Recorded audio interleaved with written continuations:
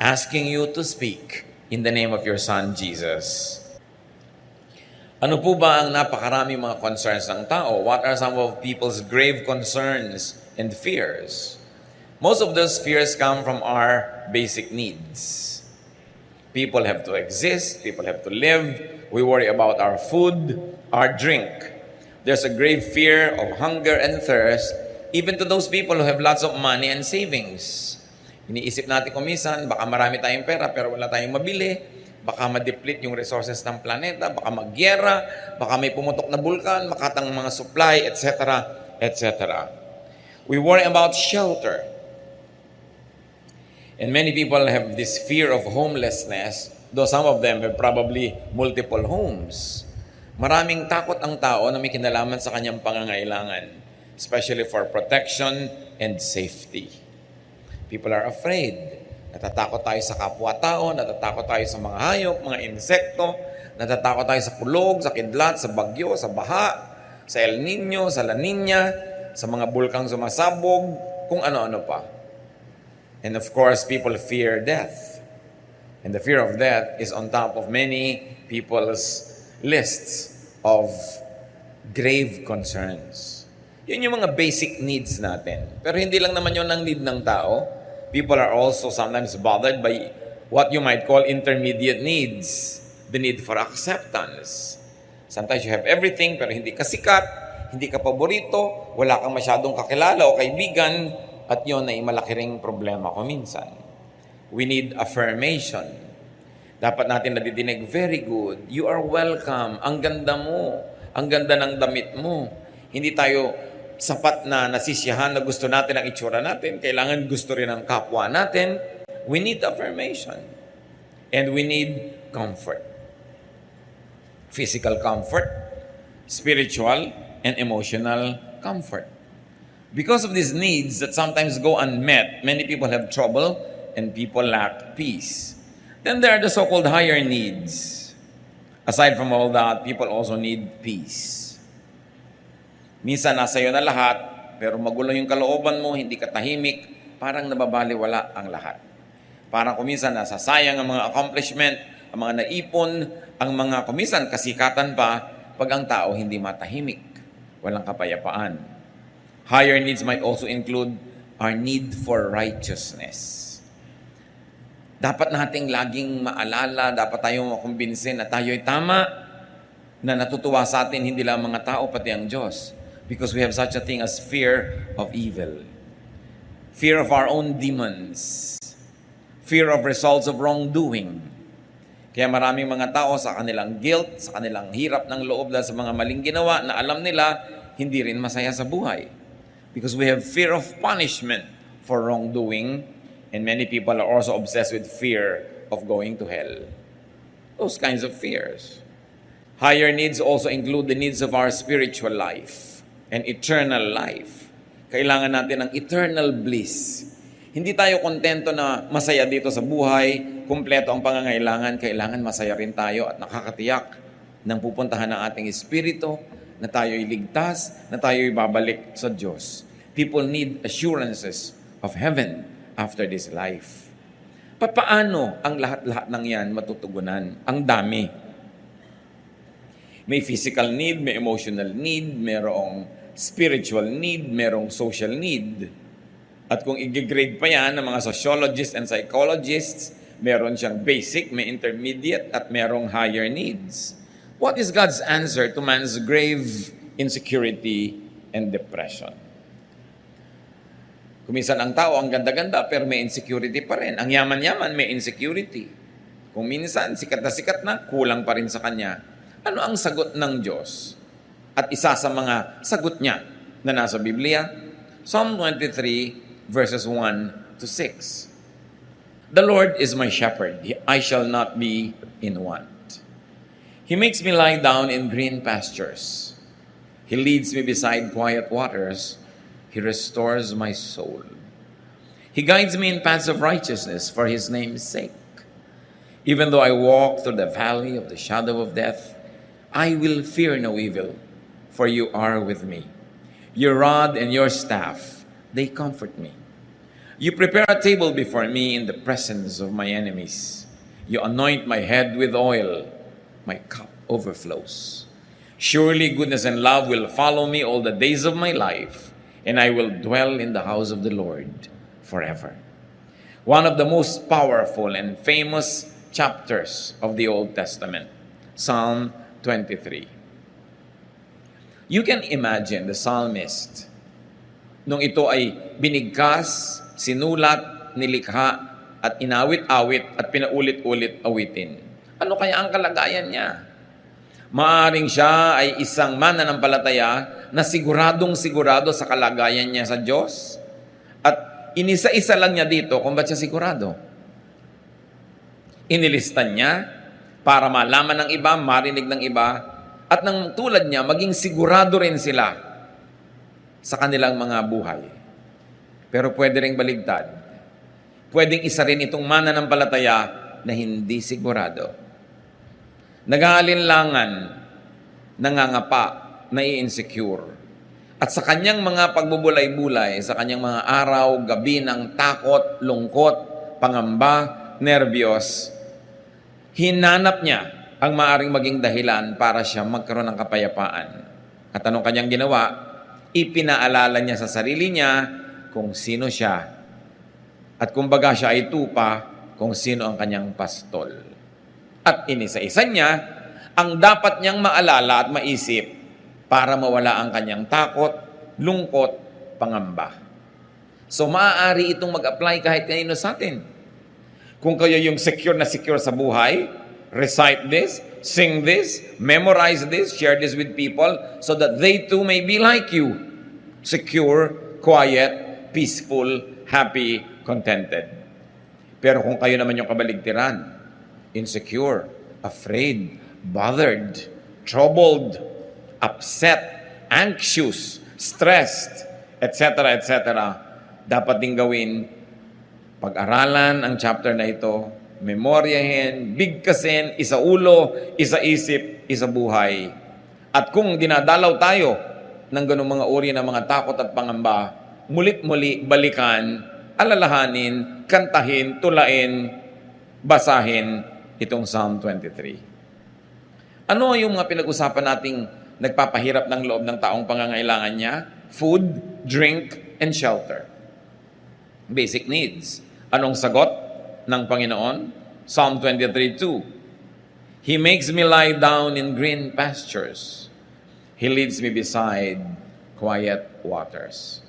Para sa mga tupa, wala namang mahalaga kundi damo at tubig. Kaya lang ang mga tupa sa Israel, kung merong dapat ma-insecure na mga tupa, sila yon. Kasi most of Israel is a desert or was a desert. So konti ang damo. At lalong konti ang tubig. Isa lang ang ilog doon yung Jordan. At kung makikita nyo yung Jordan, sasabihin nyo, anong klaseng ilog to? Ang liit-liit, ang payat-payat at maputik. At hindi naman kalakihan na ilog ito. Yun na yung inaasahan ng buong bayan ng Israel na magdidilig sa kanilang mga halaman. Yun na yung pinupuntahan ng bawat tupa para uminom. Pero sabi nitong tupang nangangamba at na-insecure, pinapaalala niya sa sarili niya kung sino ang Panginoon. Sabi niya, "Oh God, you let me rest in fields of green grass.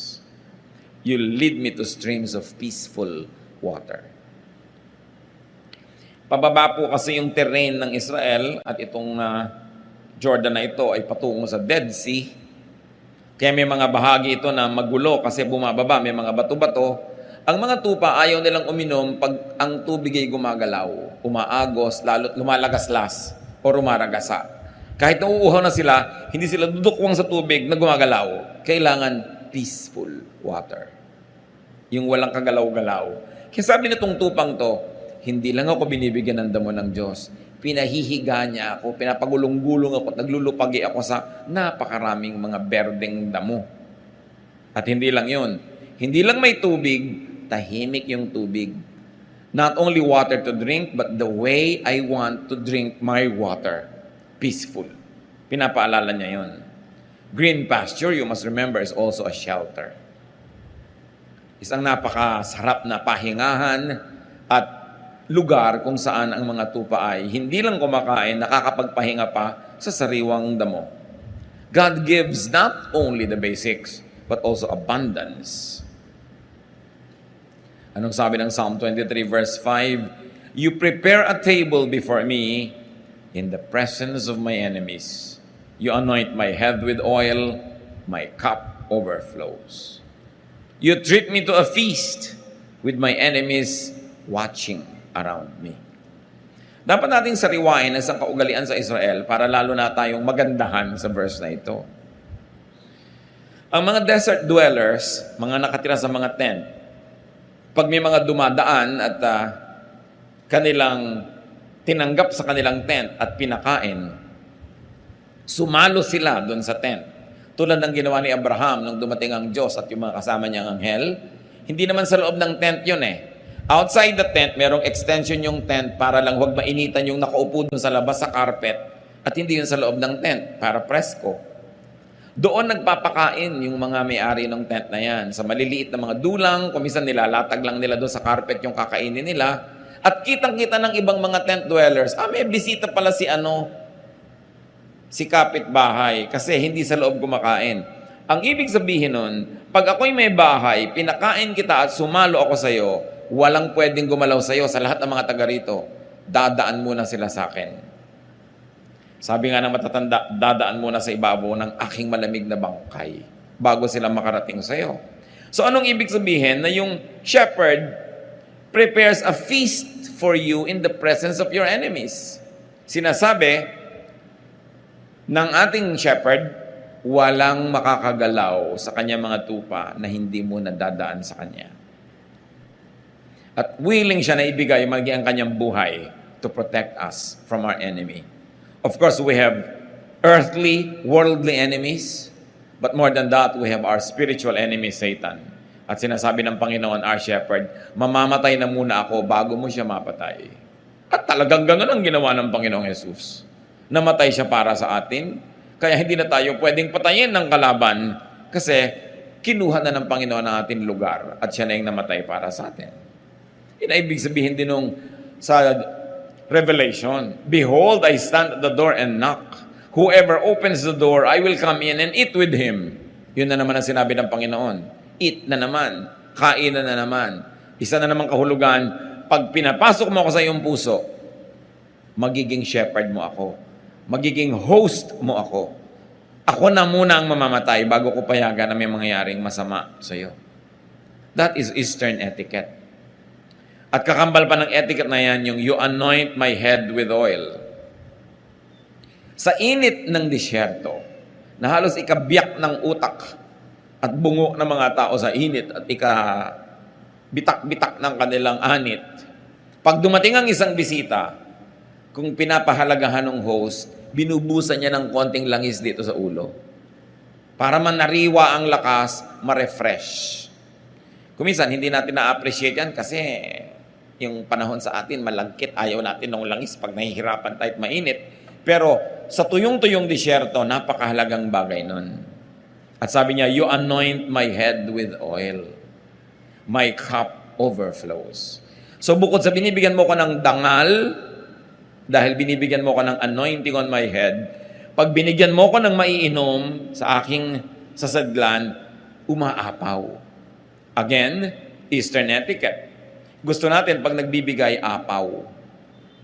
Kaya kung minsan meron kang kasama sa bahay, sinabi mo na, konti lang ang iinumin ko, aapawin pa rin niya yun.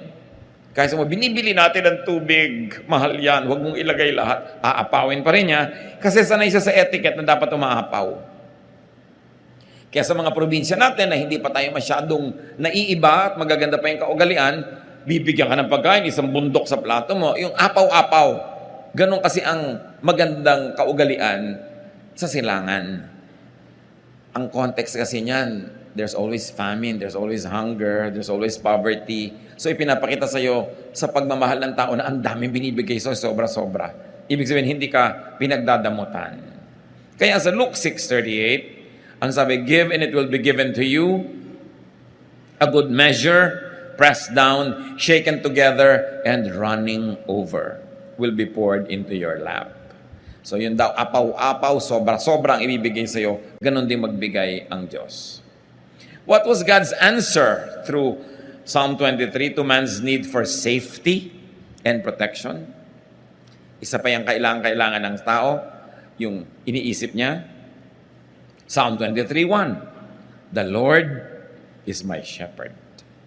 Ang ganda-ganda ng relasyon ng tupa at ng pastol. Kasi talaga po, ang tupa, matigas ang ulo, makakalimutin, at laging naliligaw. Kaya ganun ang tawag sa atin, tupa tayo, at yung pastol ang Panginoon.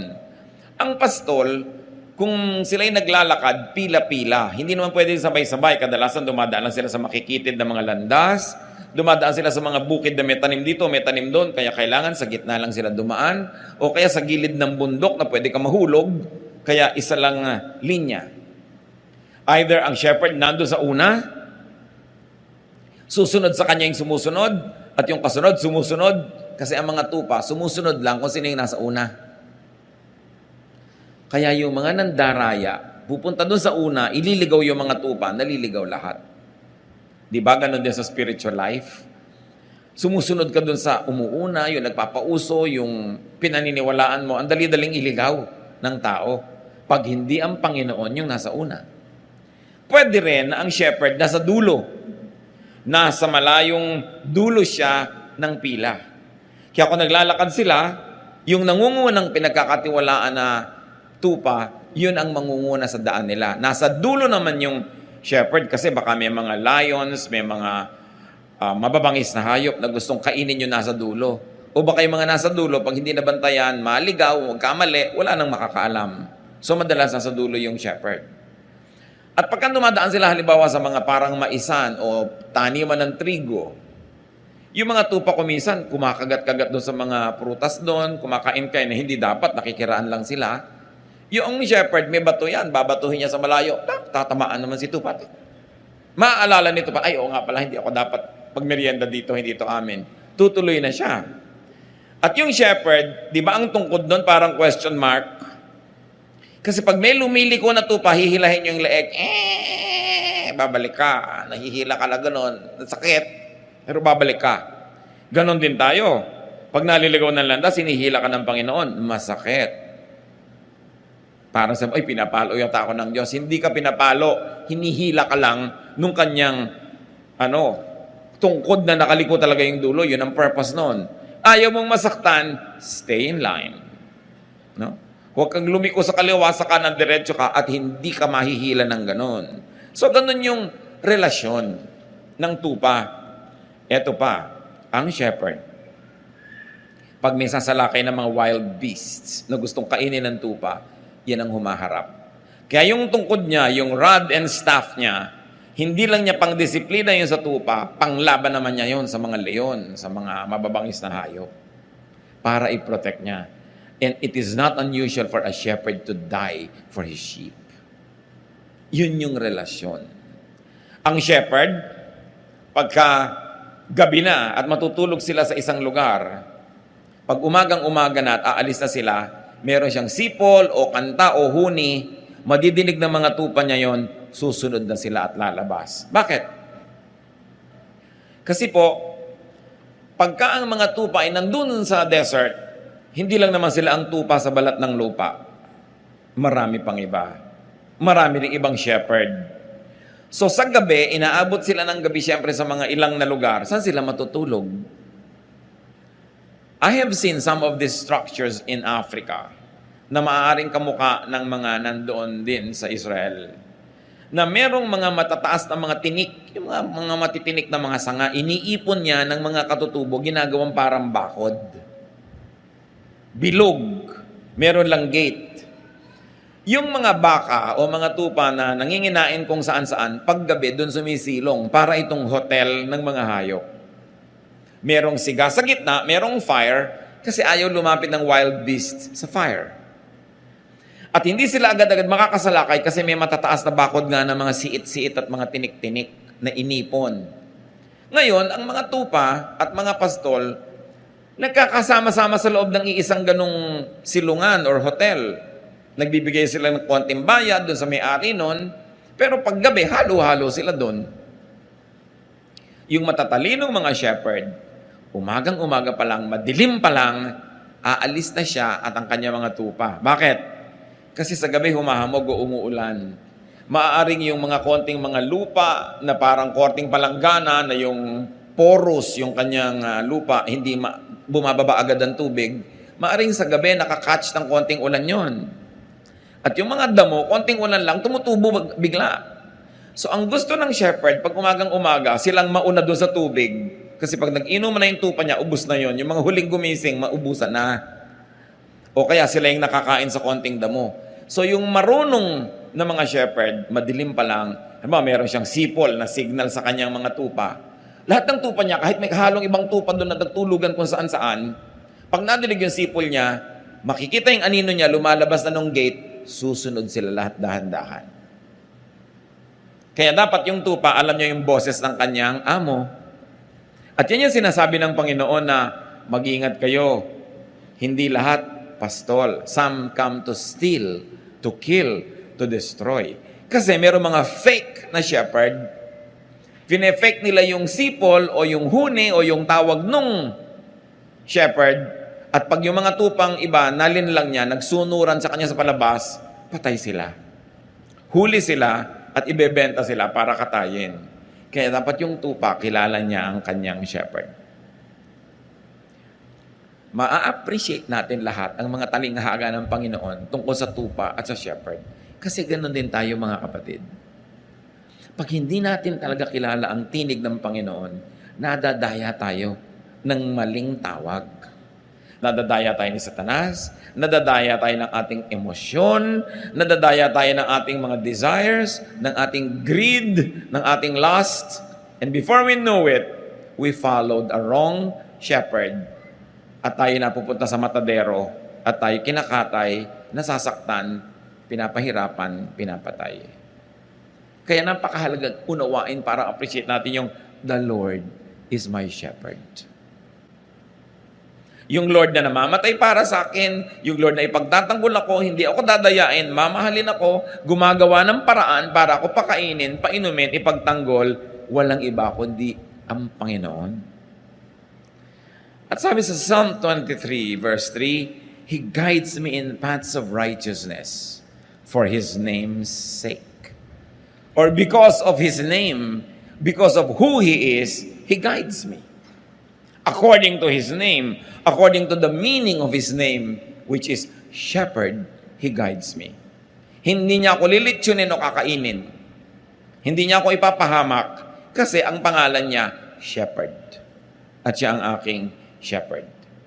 Psalm 23 verse 4, Even though I walk through the valley of the shadow of death, I will fear no evil. For you are with me. Your rod and your staff, they comfort me. Yung pinag-uusapan natin yung tungkod niya. Ano pa ba ang hihigit sa kamatayan na nakakatakot? Wala na. I may walk through the valleys as dark as death, sabi noong tupa, but I won't be afraid. You are with me. And your shepherd's rod makes me feel safe. Pag nakikita nung tupa, yung daladala nung shepherd na tungkod, sabi niya, yan ang gagamitin niyang pamalo sa mga kalaban. Yan ang gagamitin niya pang protect sa akin. At kahit dumaan ako sa pinakamadidilim na mga libis, kahit dumaan ako sa hirap ng buhay na parang wala ng katapusan, kahit dumaan ako sa sakit at sakit na parang wala ng ginhawa. Kahit masuot ako sa pagbuhol-buhol na problemang parang hindi na maaayos pa, sabi ganoon, hindi ako matatakot. Hindi yung problema ang titingnan ko, hindi yung leon, hindi yung mabangis na hayop, hindi yung dilim. Ang titingnan ko, yung shepherd ko at yung hawak niyang tungkod. At pag yun ang tiningnan ko, mawawala ang aking takot. Because the shepherd is bigger than any beast. The shepherd is bigger than any problem. The shepherd is more brilliant than any darkness.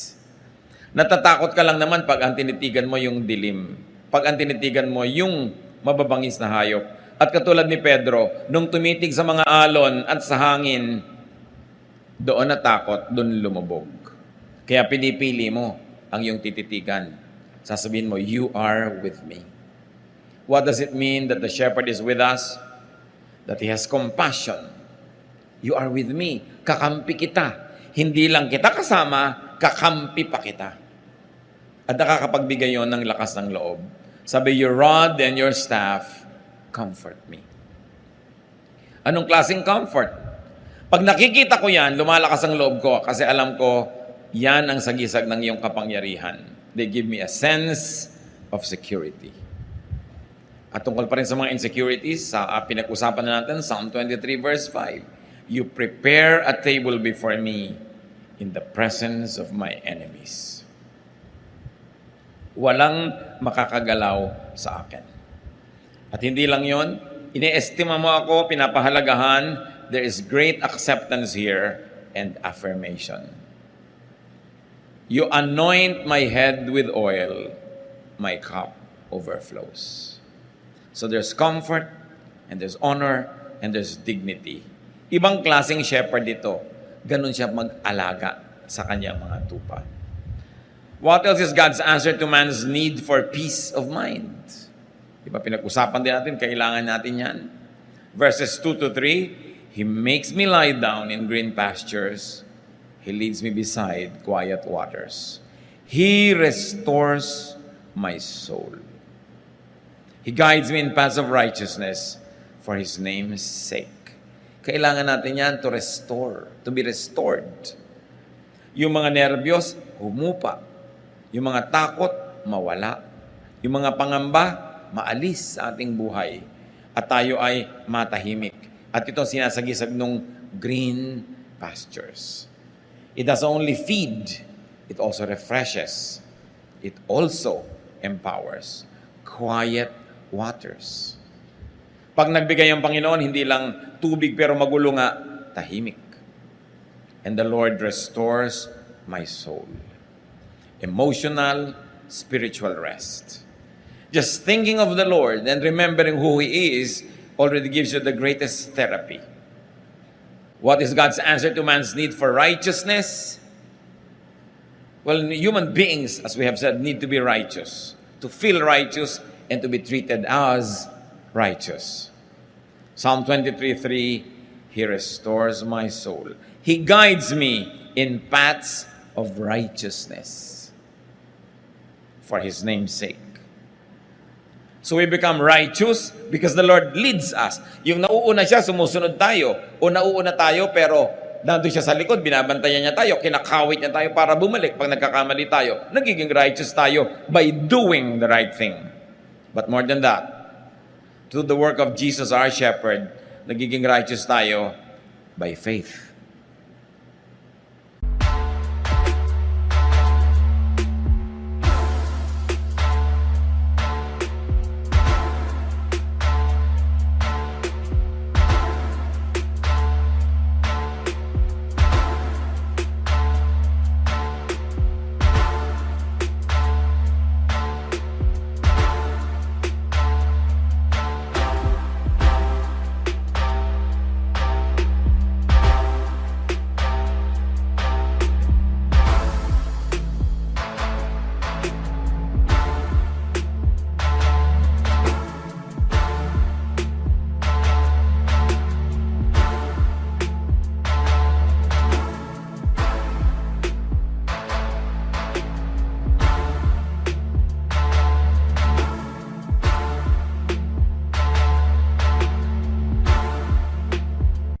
Dalawang paraan para maging matuwid, banal, malinis. One, magpakatuwid ka, magpakabanal ka, magpakalinis ka. Do it, accomplish it through hard work.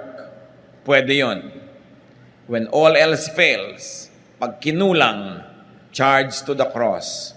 Because by believing in Jesus as your Savior and Lord, your belief makes you righteous. Yan ang tinatawag nating saved by faith. Righteous, made righteous by faith. At napakalinaw ng teaching ng New Testament dyan, mga kapatid. Pag nananalig ka kay Jesus, nagpaligtas ka kay Jesus, Panginoon at tagapagligtas mo siya, yun biglang magiging righteous ka sa tingin ng langit. Kahit ang totoo, tad-tad ka ng kasalanan. Pero pinagsisihan mo, tinalikuran mo, nagpahugas ka sa dugo ni Jesus, righteous ang tingin sa iyo ng Diyos. Kasi hindi na yung kasalanan mong nakikita, yung dugo ni Jesus na ipinanghuhugas sa iyong kasalanan. So, two ways to be righteous, by doing it or by receiving righteousness through faith. At ang tunay na mananampalataya, ina-apply pareho yon. You know that you are made righteous by faith, but you also do what you can up to your utmost so you could be actually righteous by works, not only righteous by faith. Pagkasama, magkakambal, ginagawa pareho. And because of that, the true believer remembers the blood of the Lamb, the shepherd that became the lamb. Biruin niyo yung mga imagery na yan. Ang Panginoong Hesus na shepherd, siya yung naging lamb para yung mga lambs tulad natin, yung flock, huwag nang mamatay, siya yung namatay para sa atin. At pag naalala mo yon, He restores your soul. Pag sumusunod tayo sa katuruan ni Jesus, He guides us in righteousness. All because of what His name means. What is God's answer to man's need for eternal life? For assurance of heaven? Psalm 23 verse 4. Even though I walk through the valley of the shadow of death, I will fear no evil, for you are with me. Kahit dumaan ako sa kamatayan o sa mga halos ikamatay ko ng mga karanasan, alam ko kasama kita. At kung loobin mo, Panginoon, na mabawian ako ng buhay, alam ko sa isang saglit, sa isang kisap mata, I will be there with you in a much greater state of spirituality because I will no longer be confined to this physical body. Kaya ang sabi nitong flock na ito, I will fear no evil. The evil of death, the threat of death, the evil spirits that scare me with death, I will fear no evil. Why? Because you are with me. And because of all of this, Psalm 23 verse 6, surely goodness and love will follow me all the days of my life, and I will dwell in the house of the Lord forever. Nakakatiyak yung tupa na dahil kilala niya ang kanyang shepherd, he or she will dwell in the house of the Lord forever. Dahil saan siya dadali ng shepherd niya? Sa house of the Lord. Sa eternal life, in the presence of God, our Father, our Creator. Sabi niya, surely goodness will follow me. What goodness? Whose goodness?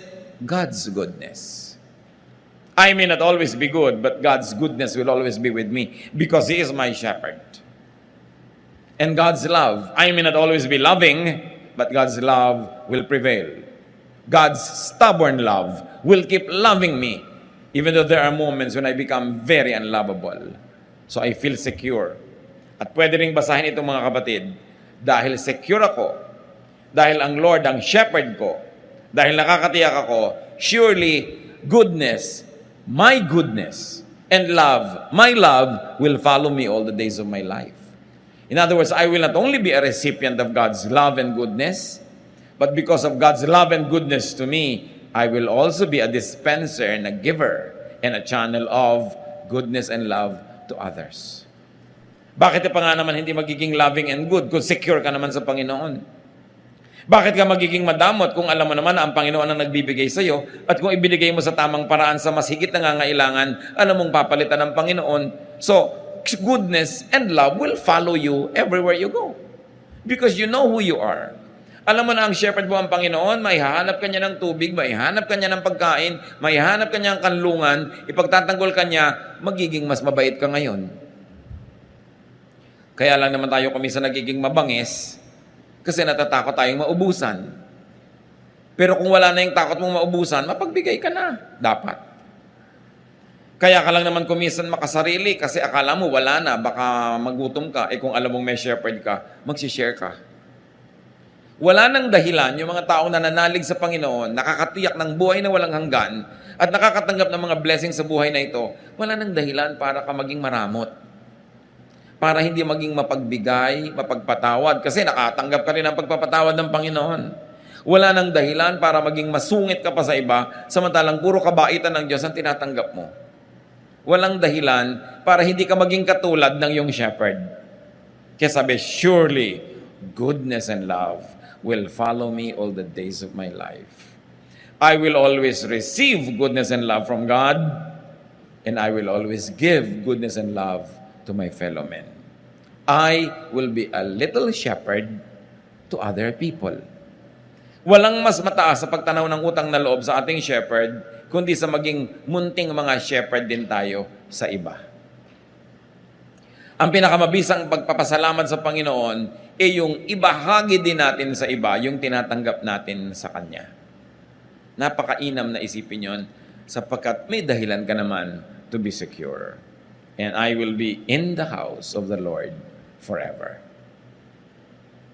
How do we receive God's answer to man's needs? Paano yun mangyayari? How do you receive God's solution to the problems? How do you receive God's blessings? Nasa verse 1 ang sikreto. Psalm 23 verse 1. The Lord is my shepherd. I shall not be in want. So you don't want these insecurities? Or you want them minimized, removed from your life? Or if you are not having these insecurities now, you don't want them ever? Make God your shepherd. Make God your leader, protector, and provider.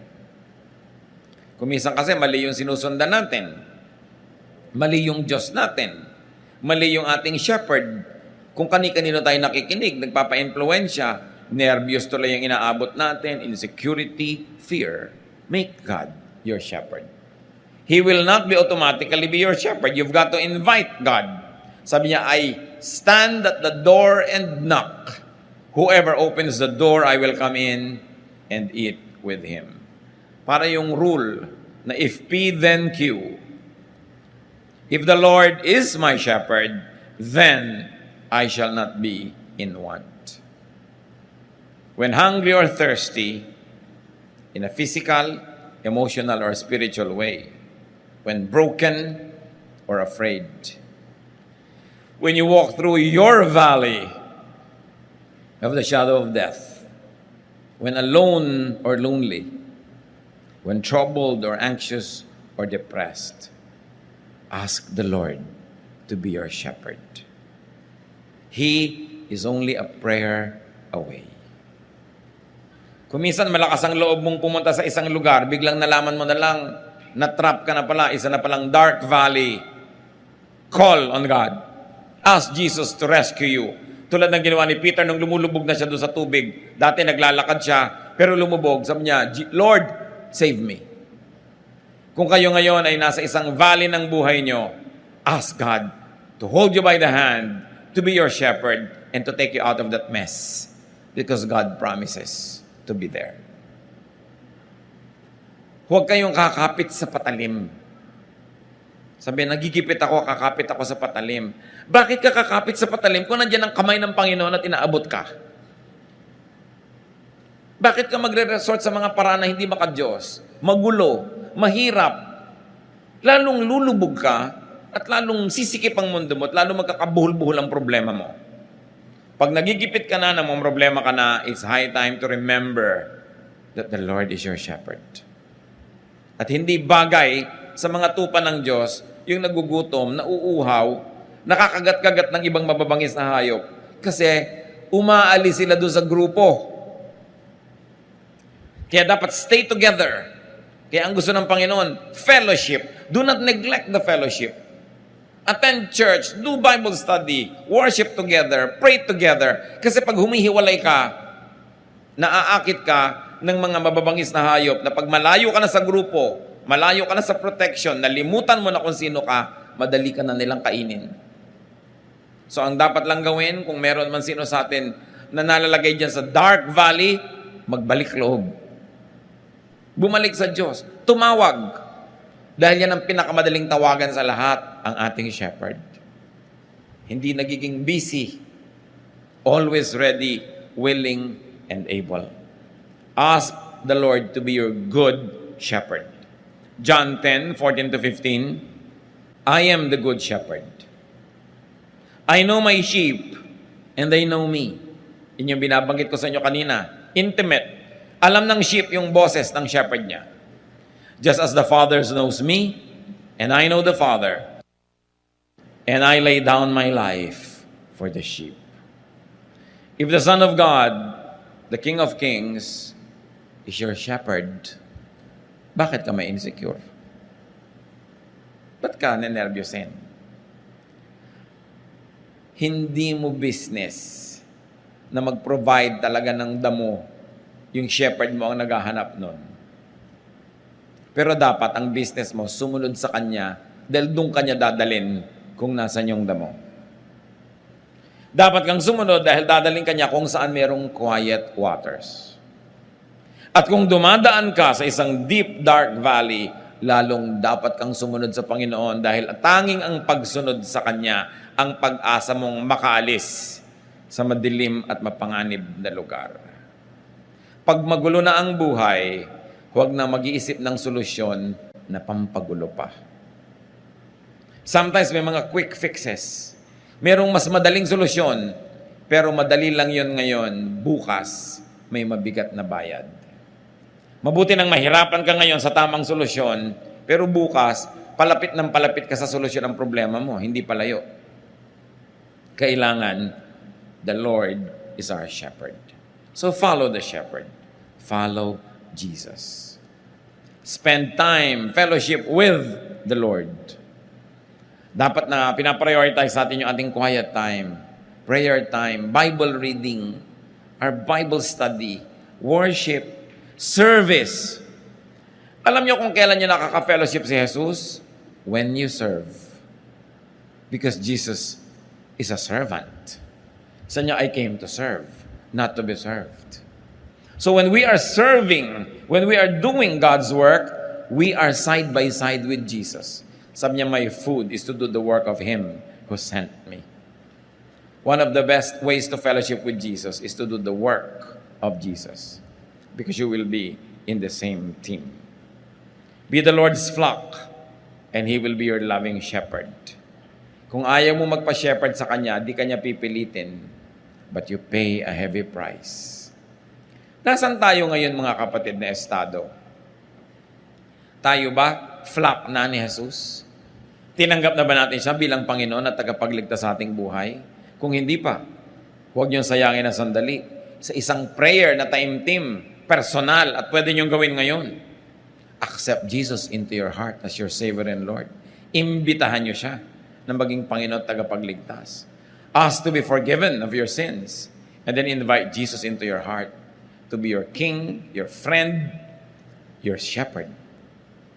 Kung nagawa nyo na yan, mga kapatid, flock ka na ng Panginoon, nasan ka?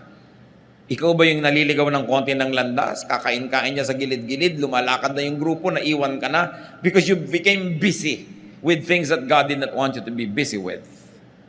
Dapat magising ka at bumalik ka sa grupo. Konting-konti na lang, sabi sa Bible, the devil prowls around like a roaring lion looking for someone to devour. Kung ang Satanas ay parang leon na nagbabantay at nagmamatsyag, pumipili, humahanap ng kakainin niya. Sa palagay niyo, ang pipiliin niya yung ang lapit-lapit kay Jesus. May hawak na rod yun. Niya, itong babaeng itong nakaasul, medyo malayo-layo. No? Ito ang madaling kagat-kagatin, wala itong proteksyon. No? Nasa gilid-gilid. Ang lalaking itong nakapula, pwede ito. Ang babaeng itong naka-Adidas. Alam niyo ba na kahit ngayon nakabantay si Satanas? Nag-aantay siyang malingat kang malibang lumayo. Kaya yung iba makakagat, maalala na may grupo siya. Siyempre, hihilahin ni Jesus pabalik, masasaktan, pero nababalik. Yun ang pinakamasarap na sakit. Yung sakit dahil nababalik ka sa pila. Sa tama mong dapat kalagyan. So, meron naman ng mga tupad na nalalaglag pa sa bangin. Hirap na hirap si Jesus na bumaba doon at kunin siya. At alam niyo yung good shepherd, iniiwan niya yung marami, binabalikan niya yung isa. So utang na loob, huwag mo naman pagurin ng Diyos. Huwag ka na lang lumayo, para hindi ka na pagpaguran na hanap-hanapin laging nawawala.